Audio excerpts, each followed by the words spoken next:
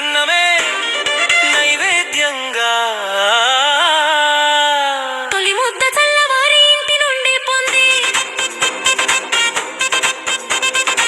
ఊరంతా ఘటం తిరుగుతుంటే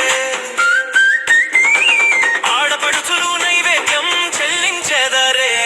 రెండు మంగళవారములు ఘటం ఊరిలో తిరగకుండా పురములో ఉంచి తప్పెట్లు మంగళమేళంతో జాతర చేస్తాములే. ఈ 15 దినములు గ్రామములో ఎదురు మేళం చేయములే.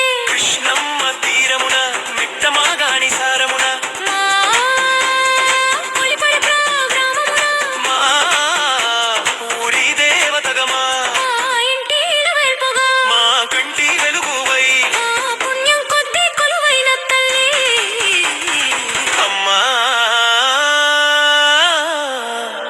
గంగాలమ్మ.